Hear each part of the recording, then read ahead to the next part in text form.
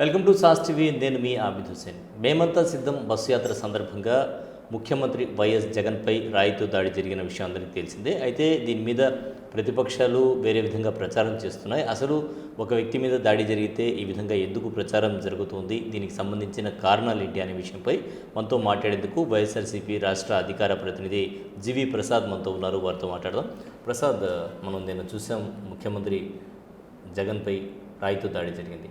So ఈ దాడి జరిగిన తర్వాత సోదరి షర్మిలతో పాటు అందరూ కూడా రకరకాల కామెంట్స్ చేస్తూ ఉన్నారు. సో ఈ కామెంట్స్ని ఏ విధంగా తీసుకోవచ్చు, ఎందుకు ఇటువంటి కామెంట్స్ వస్తున్నాయి ముఖ్యమంత్రి జగన్ మీద? అదేవిధంగా కోడికత్తితో దీన్ని పోలుస్తూ ఉన్నారు. ఈ పోలిక మీద కూడా మీరేమంటారు? రాష్ట్ర ముఖ్యమంత్రి వర్యులు, వైఎస్ఆర్ కాంగ్రెస్ పార్టీ ఆంధ్రప్రదేశ్ రాష్ట్ర అధ్యక్షులు జగన్మోహన్ రెడ్డి గారు చేపట్టినటువంటి సంక్షేమం కోసం, ప్రజా సంక్షేమం కోసం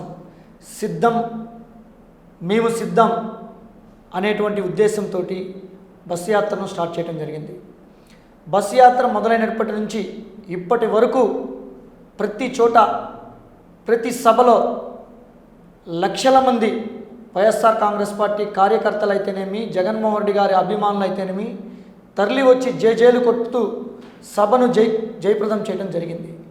దీన్ని చూసి తెలుగుదేశం పార్టీ నాయకత్వం కానీ, తెలుగుదేశం పార్టీ నాయకుడు చంద్రబాబు కానీ ఇమిడ్చుకోలేని స్థితిలో ఒక దుర్మార్గమైనటువంటి చర్యగా నేడు నిన్న జరిగినటువంటి దాడిగా మనం భావించాల్సిన అవసరం ఉంది.